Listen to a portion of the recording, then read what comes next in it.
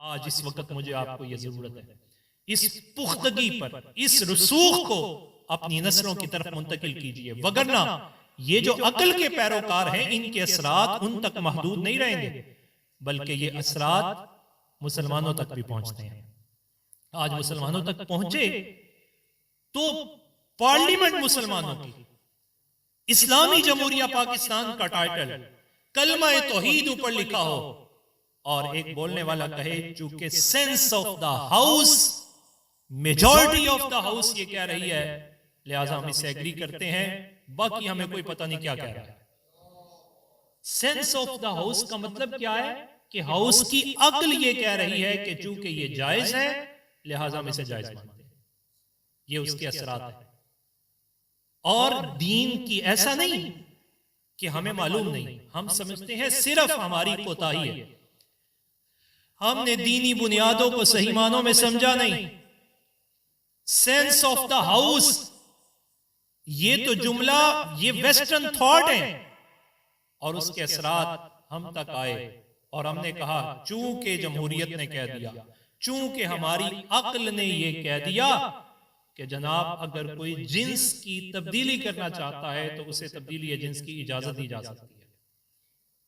یہاں رک کر اس پہلو کو چونکہ اس کا ایمان کے ساتھ تعلق ہے، میں بڑی درد دل سے یہ بات عرض کروں گا کہ خدا کے لیے دین کو دین رہنے دیجیے، دین کو سمجھنے کے لیے دینداروں کی رہنمائی لیجیے، دین کو سمجھنے کے لیے کبھی بھی پولیٹیکل گلاسز مت لگائیے، کبھی بھی اپنی سینس پاور پر پولیٹیکل پولرائزیشن کا غلبہ نہ ہونے دیجیے، بلکہ اگر آپ دین کو سمجھنا چاہتے ہیں تو پھر آپ کو دینداروں سے رہنمائی لینا پڑے گی۔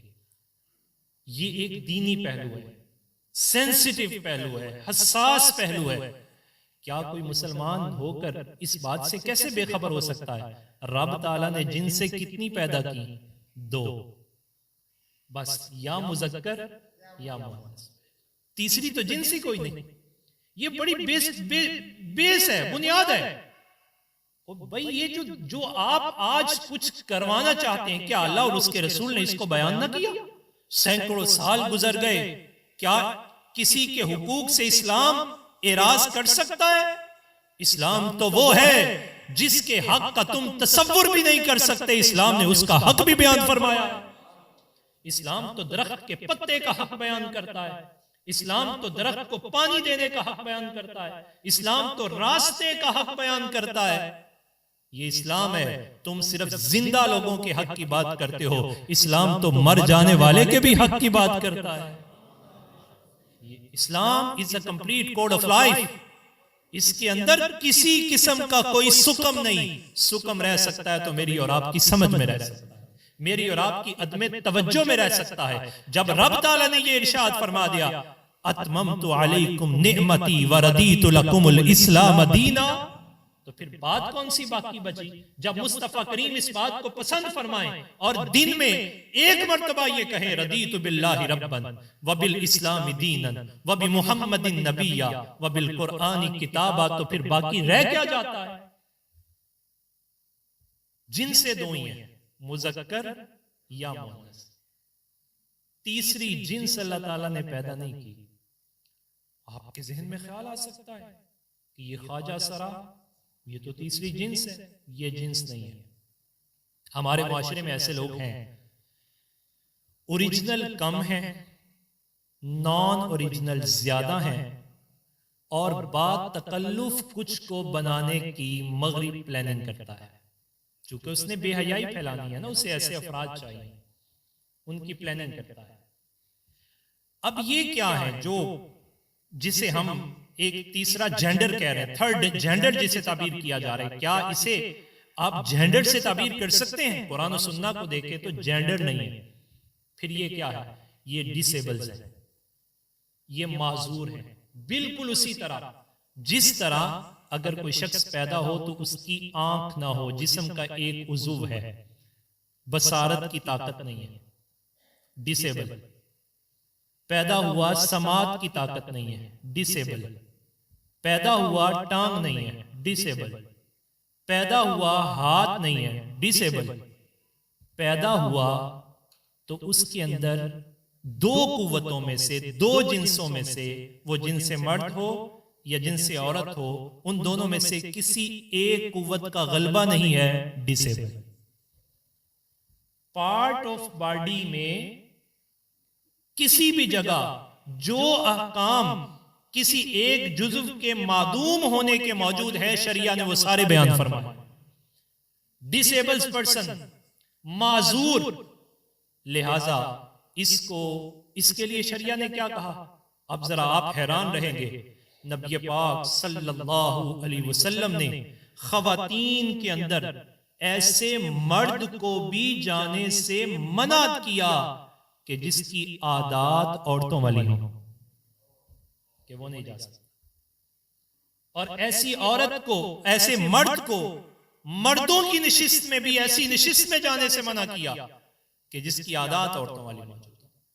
شریعہ نے یہ بات کلیئر کر دی کہ اگر کسی کے اندر ڈسیبلز میں ہے تو اس کی عادات دیکھی جائیں گی، اس کی باڈی لینگویج دیکھی جائے گی۔ اگر مردوں والی ہے تو اسے مردوں میں کاؤنٹ کر دیا جائے گا، اور اگر عورتوں والی ہے تو اسے عورتوں میں کاؤنٹ کیا جائے گا، اور مرنے پر اس کے احکام بھی اسی طرح جاری ہوں گے۔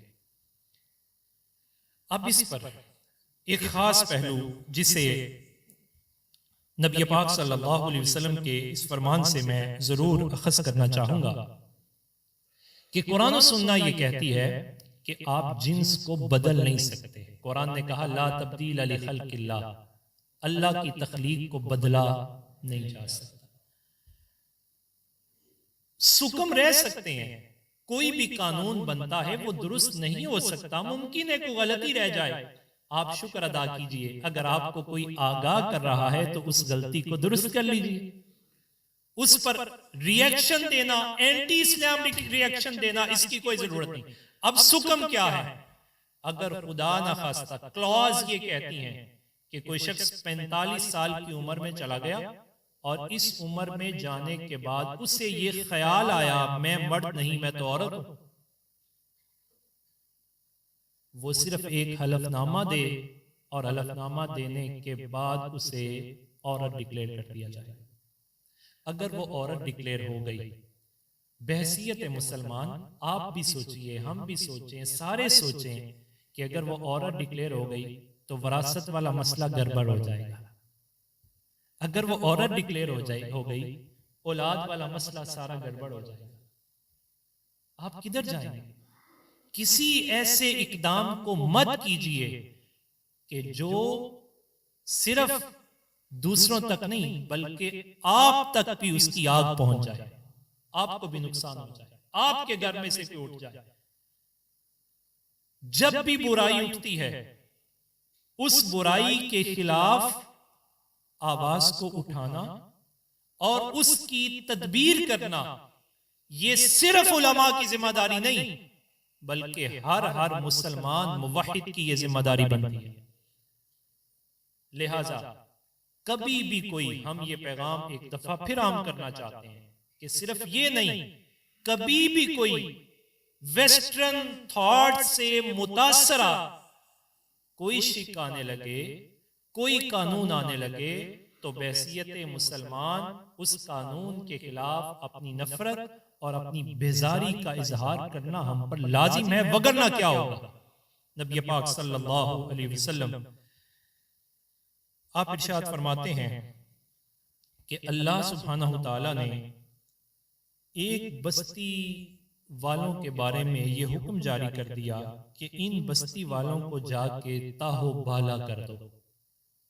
فرشتے پہنچے، جب فرشتے اس بستی میں پہنچے انہوں نے دیکھا کہ وہاں تو نیکوکاروں کی جماعت بھی موجود ہے، اچھے لوگ بھی ہیں، ہر وقت اللہ اللہ اور تسبیح ان کے ہاتھ میں ہے۔ وہ واپس آئے اور انہوں نے آ کے اللہ تعالیٰ کی بارگاہ میں عرض کی، ان فیہا عبدک فلانا لم یعصیک طرفۃ عین، یا اللہ اس بستی میں ایسے لوگ بھی ہیں جنہوں نے پلک جھپکنے کے برابر بھی گناہ نہیں کیا۔ اتنے نیکوکار لوگ ہیں ان میں. اللہ تعالیٰ ارشاد فرماتا ہے فرشتوں واپس جاؤ اور انہی لوگوں سے تباہی کی ابتدا کر دو، انہی سے تباہی کی ابتدا کرو. فرشتے جلال الہی کتاب نہیں لاتے، عرض کرتے ہیں مولا ان سے کیوں؟ ان کی تو صبح و شام تیری توحید میں، تیری بندگی میں، تسبیح و تحلیل میں. رب تعالیٰ فرماتا ہے فَإِنَّ وَجْهَهُ لَمْ يَتَمَعَّرْ فِيَّ قَطُّ، کہ میری احکام کی کھلم کھلا خلاف ورزی ہوتی رہی اور کبھی بھی ان کے چہرے پر جلال بھی نہیں آیا. انہوں نے دل سے نفرت کا اظہار نہیں کیا، لہٰذا انہی سے ابتدا کر. جناب جبیر بن ندیر رضی اللہ تعالیٰ سے روایت ہے جب قبرص یہ فتح ہوا تو فتح حاصل کرنے کے بعد مسلمان رونا شروع ہو گئے. یبقی فقط بعدہم یبقی الی بعد، بعض کو ملتے اور روتے. فبقا ابو درداء رضی اللہ تعالیٰ، جناب ابو درداء بھی روئے. فقلت ما یبقیک فی یوم عز اللہ فی الاسلام، یہ جناب جبیر بن ندیر کہتے ہیں میں نے ابو درداء سے کہا آج تو اللہ نے اسلام کو فتح عطا فرمائی، آج آپ کیوں رو رہے ہیں؟ یہ رونے کا دن تو نہیں ہے. تو جناب ابو درداء رضی اللہ تعالی عنہ نے کیا ارشاد فرمایا، کہا دعنا منک یا جبیر، اے جبیر ذرا دور ہو جا، آج مجھے رونے دے. کہا کیوں رو رہے ہو یہ بھی تو بتاؤ. کہا ما احمن الخلق علی اللہ اذا ترکوا امرہ بینہم امت قاہرۃ قادرۃ اذا ترکوا امر اللہ فصاروا الی ما ترا. کہا یہ رب کی کا فیصلہ ہے کہ جو قوم قانون فطرت اور قانون قدرت کے ساتھ ٹکراتی ہے تو اللہ تعالیٰ اسے تباہ و برباد کر دیتا ہے. میں رو اس وجہ سے رہا ہوں کہ یہ جو قوم تھی اللہ نے آج اسے ایسے تباہ نہیں کیا، یہ قانون فطرت سے ٹکرا گئی، قانون قدرت سے ٹکرانا چاہی. تو رو اس وجہ سے رہا ہوں یا اللہ ہماری نسل میں ایسے نہ آئیں جو قانون قدرت سے ٹکرائیں اور پھر ان کا انجام بھی یہی ہو جائے. جناب سیدنا ابو بکر صدیق رضی اللہ تعالیٰ عنہ آپ فرماتے ایُّ سماء تذلنی و ایُّ ارض تقلنی ان قلت فی کتاب اللہ برعی. جناب ابو بکر فرماتے ہیں اپنے پہلے خطبہ کے اندر فرمایا نہ تو کوئی ایسا آسمان ہوگا جو ابو بکر کو سایہ دے گا اور نہ ہی کوئی ایسی زمین ہوگی جو ابو بکر کو اپنے اوپر لیٹنے دے گی جب میں نے قانون قدرت کی مخالفت شروع کر دی. جناب سیدنا ابو بکر صدیق رضی اللہ عنہ. اس پر ذرا تھوڑا سا آگے چلیے تو نبی پاک صلی اللہ علیہ وسلم امام ترمذی علیہ رحمہ نے بھی اور صاحب ابن ماجہ نے بھی اس پہلو کو بالتفصیل ابواب التفسیر میں ذکر کیا. وہ فرماتے ہیں کہ رسول اللہ صلی اللہ علیہ وسلم سورہ مائدہ شریف پڑھ رہے تھے اور سورہ مائدہ پڑھتے پڑھتے نبی پاک صلی اللہ علیہ وسلم اس مقام پر پہنچے لُعِنَ الَّذِينَ كَفَرُوا مِن بَنِي إِسْرَائِيلَ عَلَى لِسَانِ داود وعیسی ابن مریم بما ذلك عیسی ابن مریم ذلك بما عصوا وكانوا يعتدون. کہ نبی علیہ السلام جب اس مقام پر پہنچے کہ بنی اسرائیل پر اللہ تعالیٰ نے اس وقت کے انبیاء کو حکم دیا اے نبیو ان پر لعنت کرو. حالانکہ نبی کا کام تو لعنت نہیں ہوتا، جناب داود کی زبان سے بھی اور جناب عیسیٰ بن مریم کی زبان سے بھی لعنت کروائی گئی اس وجہ سے کہ وہ اللہ تعالیٰ کی نافرمانیاں بھی کرتے تھے اور حد سے تجاوز بھی کرتے تھے. نبی علیہ السلام نے یہ پوری آیہ مبارکہ پڑھی اور پڑھنے کے بعد ارشاد فرمایا ہوا کیا، آخر کیوں اللہ تعالیٰ کے نبی نے ان کے لیے دعائے رحمت کی بجائے لعنت کا حکم انہیں آ گیا کہ ان پر لعنت کرو؟ کیوں اللہ نے اس قوم کو تباہ کیا؟ تو رسول اللہ صلی اللہ علیہ وسلم نے فرمایا واقعہ یوں ہوا ان بنی اسرائیل لما وقع فیہم النقد، کہ جب بنی اسرائیل نے اللہ کے قوانین کی مخالفت کرنا شروع کر دی کان الرجل فیہم یرا اخاہ یقع علی الذنب، تو ان میں سے جو نیکوکار لوگ تھے انہوں نے دیکھا ہمارے بھائی تو قانون قدرت سے لڑنے لگے ہیں، تو انہوں نے انہیں جا کے منع کیا فَيَنْهَاهُ عَنْهُ، اس سے منع کیا. فَإِذَا كَانَ الْغَدُ لَمْ يَمْنَ، ایک دن منع کیا تو دوسرے دن وہ کہنے نہیں رکتے تو نہ رکیں، پھر لگے رہے اپنے کام میں.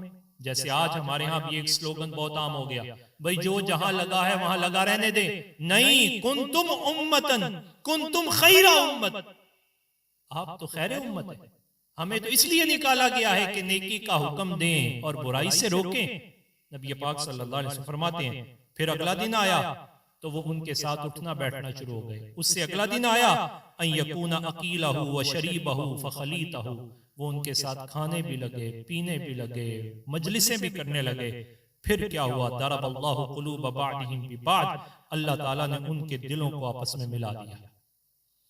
اب جو کل برائی سے روکنے والے تھے برائی سے روکنا چھوڑا تو ان کے دلوں سے بھی برائی کی نفرت نکال دی گئی. اب جب نفرت نکلی تو ایک ہی لائن میں رکھ کے اللہ تعالیٰ نے انہیں اپنی رحمت سے دور کر دیا. لہٰذا اس موقع پر میں اور آپ بحیثیت مسلمان پھر اس بات کو دہرائیں گے کہ ایک مسلمان، اس کے ہاں خیر اور شر کی اتھارٹی اللہ کی ذات ہے اور رسول اللہ صلی اللہ علیہ وسلم کی ذات ہے. یہ کافر ہے کہ جس کے ہاں خیر اور شر کی اتھارٹی وہ اس کی عقل ہے. مسلمان اپنی عقل کو کبھی بھی قرآن و سنت کے مخالف نہیں کرتا بلکہ تابع کرتا ہے. جس نے بھی اپنی عقل کو قرآن و سنت کے مخالف کیا اس نے اللہ سے بغاوت کر لی، اور جس نے اللہ سے بغاوت کی ان بطش ربک لشدید، پھر وہ اللہ کی پکڑ میں آ گیا. جسے رب نے پکڑا پھر اسے کوئی چھڑا نہیں سکتا.